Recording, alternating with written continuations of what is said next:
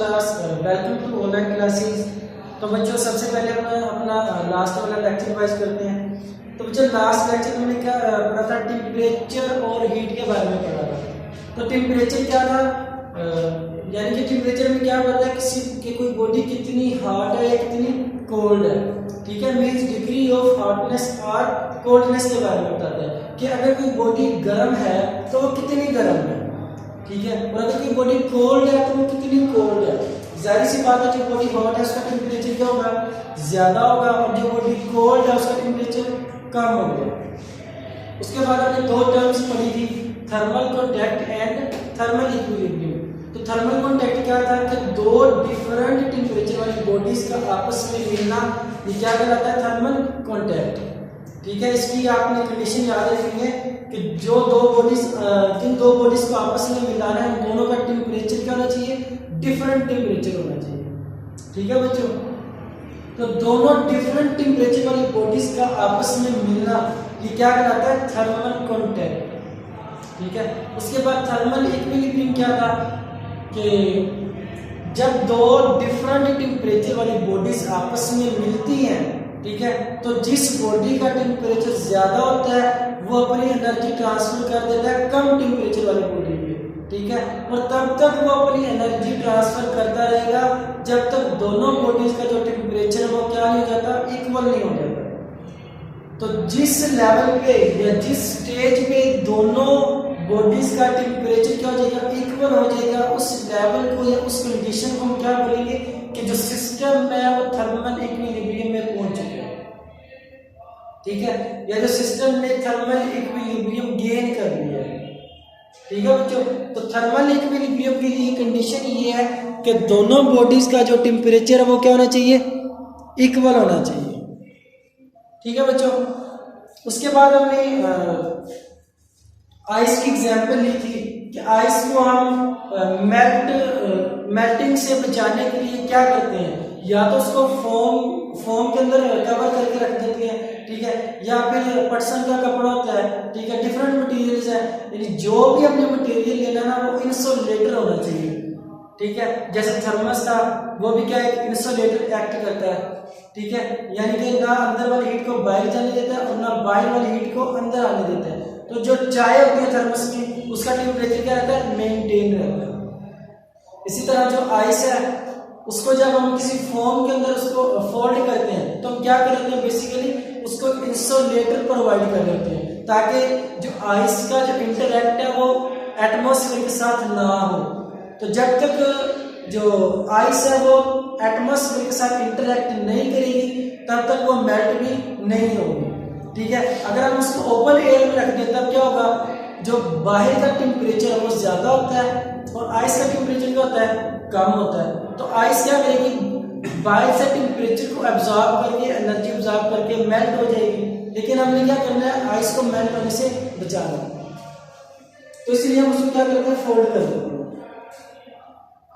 उसके बाद हीट की हमने डेफिनेशन पढ़ी थी कि हीट क्या होती है, कि बच्चों दो डिफरेंट टेम्परेचर वाली बॉडीज, फॉर एग्जांपल ये बॉडी ए है, ये क्या है, इसका टेम्परेचर क्या है, हाई टेम्परेचर, ठीक है। एक बॉडी बी है, उसका टेम्परेचर क्या है, लो टेम्परेचर, बॉडी बी है, ठीक है। जब दो डिफरेंट टेम्परेचर वाली बॉडीज आपस में मिलती हैं तो क्या होता है, जो एनर्जी होती है वो कहां से फ्लो करती है, from high temperature to low temperature. तो एनर्जी क्या करेगी, हाई टेम्परेचर से लो टेम्परेचर वाली बॉडीज में एंटर होना शुरू हो जाएगी, ठीक है। तो एनर्जी की वो फॉर्म, हीट क्या है, it is the form of energy, energy की फॉर्म है। तो एनर्जी क्या होगी, हाई टेम्परेचर से लो टेम्परेचर की तरफ फ्लो करना शुरू कर देगी। तो एनर्जी की इस फॉर्म को क्या बोलते हैं, हीट। ये जो हाई टेम्परेचर से लो टेम्परेचर तक जो एनर्जी मूव कर रही है, ट्रांसफर हो रही है, उसको हम क्या बोलेंगे, हीट बोलेंगे, ठीक है बच्चों। तो इसकी हम रीडिंग करते हैं, जो थर्ड पैराग्राफ है उसमें हम कहते हैं कि what happens when we touch a hot body, ठीक है। Take two bodies having different temperatures, bring them in contact with each other, के दोनों को दो डिफरेंट टेम्परेचर बॉडीज को आपस में मिला दें the temperature of the hot body false, जिस बॉडी का टेम्परेचर हाई है उसका टेम्परेचर क्या करना शुरू कर देगा, फॉल करना शुरू कर देगा। ठीक है, it loses energy, temperature fall कर रहा है तो मींस एनर्जी इसकी क्या हो रही है, लूज हो रही है, एनर्जी कम हो रही है। दिस एनर्जी, अब ये जो एनर्जी कम हो रही है ये जा कहां पे रही है, लो टेम्परेचर वाली बॉडी में जा रही है। ठीक है बच्चों, वहां पे ट्रांसफर हो रही है। So this energy enters the cold body at low temperature, जो बॉडी लो टेम्परेचर है उसमें एंटर होना स्टार्ट हो जाती है। ठीक है, cold body gains energy at its temperature rise, ये जो कोल्ड बॉडी है जिसका टेम्परेचर कम था ये टेम्परेचर को गेन करेगी, एनर्जी को गेन करेगी और इसका टेम्परेचर क्या होना शुरू हो जाएगा, इंक्रीज होना शुरू हो जाएगा। The transfer of energy continues till both the bodies are the same temperature। ठीक है, दोनों बॉडीज के दरमियान जो एनर्जी का ट्रांसफर है वो जारी रहेगा, कब तक, जब तक दोनों बॉडीज का जो टेम्परेचर है वो क्या नहीं हो जाता, इक्वल नहीं होता। मींस बॉडी ए का टेम्परेचर किसके इक्वल नहीं हो जाता, बॉडी बी के। ठीक है, जैसे टेम्परेचर इक्वल हो जाएगा तो फ्लो ऑफ हीट भी क्या हो जाएगा, रुक जाएगा, स्टॉप हो जाएगा। तो the form of energy that is transfer from a hot body to a cold body is called heat. ठीक है बच्चों, तो ये वो एनर्जी की फॉर्म है जो हॉट बॉडी से कोल्ड बॉडी में ट्रांसफर हो रही है, तो एनर्जी की इस फॉर्म को क्या बोलते हैं, हीट। बच्चों बहुत ही सिंपल कंसेप्ट है।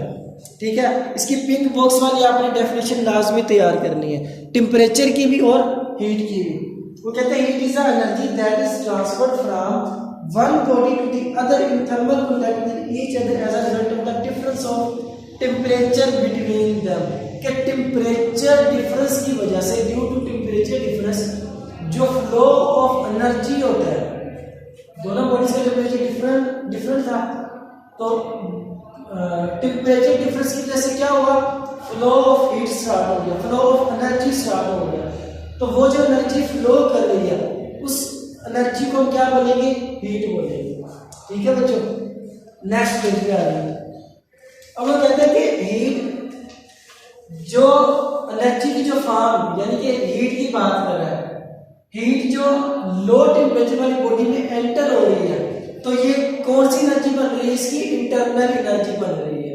ठीक है बच्चों, तो ये as a internal energy store हो रही है लो टेम्परेचर वाली बॉडी में।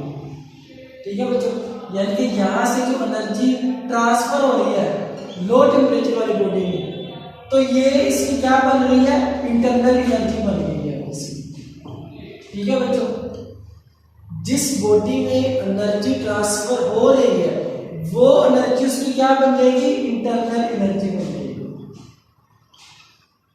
ठीक है बच्चों, अब यहाँ से क्या फ्लो किया है, हीट ने फ्लो किया है from high to low temperature. तो जिस बॉडी में अब ये हीट फ्लो की है, हीट ने फ्लो किया है तो वो उस बॉडी की क्या बन जाएगी, इंटरनल एनर्जी बन जाएगी। ठीक है बच्चों, उसको हम क्या बोलेंगे, उसकी इंटरनल एनर्जी बोलेंगे। Once heat enters a body it becomes its internal energy and no longer exist as heat energy. तो जैसे ही अब जो एनर्जी है लो टेम्परेचर बॉडी में एंटर हुई है तो अब हम इसको हीट एनर्जी नहीं बोलेंगे, अब हम इसको क्या बोलेंगे, ये अब इसकी इंटरनल एनर्जी बन चुकी है इस बॉडी में। ठीक है बच्चों, तो अब हीट किसमें ट्रांसफर हो रही है, बॉडी बी में। तो जो हीट है अब वो बॉडी बी की क्या बन चुकी है, इंटरनल एनर्जी। क्या बन चुकी है, इंटरनल एनर्जी।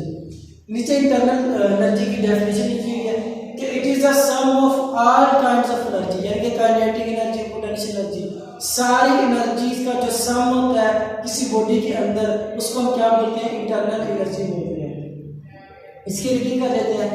वो कहता है कि the sum of kinetic energy and potential energy associated with the atoms. ठीक है, molecules and particles of a body is called its internal energy. ठीक है, अब हमें पता है कि कोई भी बॉडी है, ठीक है, ये किससे मिलकर बनी होती है, पार्टिकल से मिलकर बनी होती है। ठीक है, अगर ये बॉडी में लिक्विड है तो किससे मिलकर बनी होगी, मॉलिक्यूल्स से मिलकर बनी होगी। ठीक है, तो वो कहते हैं कि जो इंटरनल एनर्जी है,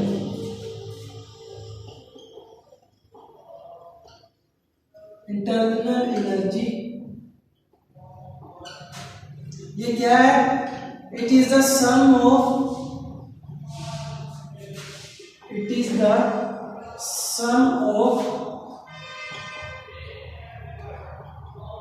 kinetic energy and potential energy of the atoms और मॉलिक्यूल्स और पार्टिकल्स, यानी जिनसे कोई बॉडी मिलकर बनी होती है उनकी काइनेटिक एनर्जी और पोटेंशियल एनर्जी के सम को क्या बोलते हैं? Internal energy. So it is the sum of kinetic energy and potential energy, ठीक है, एसोसिएटेड विद एटम्स, मॉलिक्यूल्स और पार्टिकल्स मींस द सब्स्टिट्यूएंट्स, यानी कि कॉन्स्टिट्यूएंट्स भी इसको हम बोल सकते हैं कि जिन सब पार्टिकल्स या स्मॉलेस्ट पार्टिकल्स से बॉडीज जो मिलके बनी होती हैं उनको हम क्या बोलते हैं? पार्टिकल्स, एटम्स या मॉलिक्यूल्स, जिन बॉडी से मिलके बॉडीज बनी होती हैं, ठीक है। तो उनकी kinetic energy plus potential energy के सम को, दोनों के सम को क्या बोलते हैं? इंटरनल एनर्जी, ठीक है बच्चों। दोबारा फिर मैं इसको रिवाइज कर देता हूँ कि sum of kinetic energy and potential energy of atoms, particles और मॉलिक्यूल्स, उसको क्या बोलते हैं? Internal energy. अब ये डिपेंड किस पे करती है? इसकी डिपेंडेंस लिख लेते हैं हम। इंटरनल एनर्जी किस पे डिपेंड करती है? नीचे पैराग्राफ में लिखा हुआ है। सबसे पहले तो ये मैस पे डिपेंड करती है। किसी बॉडी का जितना ज्यादा मैस होगा उसकी इतनी ही ज्यादा इंटरनल एनर्जी होगी, ठीक है बच्चों। मैस पे डिपेंड करती है। अब इसकी हम रीडिंग कर लेते हैं। Internal energy of a body depends on many factors such as the mass of the body, mass पे डिपेंड करती है। Kinetic and potential energy of molecules, ठीक है। मॉलिक्यूल्स या एटम या पार्टिकल की काइनेटिक एंड पोटेंशियल एनर्जी पे भी डिपेंड करती है। तो जिस पे डिपेंड करती है? Kinetic energy and potential energy पे डिपेंड करती है। अगर तो काइनेटिक एनर्जी ज्यादा होगी तो इंटरनल एनर्जी भी क्या होगी? ज्यादा होगी, ठीक है। अब काइनेटिक एनर्जी ज्यादा कब होती है? जब एटम्स के पास ज्यादा एनर्जी होती है, ठीक है। एनर्जी ज्यादा होगी तो वो ज्यादा स्पीड से मूव करेंगे, ठीक है, तो उसकी एनर्जी भी क्या होगी? ज्यादा होगी। इंटरनल एनर्जी क्या होगी? ज्यादा होगी। अगर एटम्स, मॉलिक्यूल्स या पार्टिकल्स ज्यादा एनर्जी के साथ मूव करेंगे तो उसकी इंटरनल एनर्जी भी क्या होगी? ज्यादा होगी, ठीक है। यही कंसेप्ट पोटेंशियल एनर्जी के लिए है कि अगर पोटेंशियल एनर्जी ज्यादा होगी तो इंटरनल एनर्जी क्या होगी? ज्यादा होगी। उसके बाद में कहते हैं कि kinetic energy of an atom और molecule is due to its motion, ठीक है, कि एटम के अंदर जो एटम के अंदर जो पार्टिकल्स होते हैं, ठीक है, या किसी भी एलिमेंट के अंदर जो एटम्स होते हैं उनकी मोशन की वजह से कौन सी एनर्जी होती है? काइनेटिक एनर्जी, ठीक है। हमें वैसे भी पता है कि काइनेटिक एनर्जी किसकी वजह से होती है? Due to the motion. Motion की वजह से जो किसी बॉडी की एनर्जी होती है उसको क्या बोलते हैं? Kinetic energy. Which depends upon the temperature. देखिए ये कोई बॉडी है, ये इसके क्या है? एटम्स है, ठीक है। जैसे टेम्परेचर क्या होगा? इंक्रीज होगा। टेम्परेचर क्या होगा? इंक्रीज होगा। एटम्स क्या करेंगे? एनर्जी ज्यादा अब्सॉर्ब करेंगे। एनर्जी ज्यादा होगी तो ये क्या करेंगे? ज्यादा स्पीड के साथ मूव करेंगे, to and fro, up and down, ठीक है। चारों डायरेक्शन में क्या करेंगे? ज्यादा स्पीड के साथ मूव करना स्टार्ट कर देंगे। तो जैसे ही इनकी स्पीड बढ़ेगी तो एनर्जी क्या हो जाएगी? डेफिनेटली बढ़ जाएगी, ठीक है बच्चों।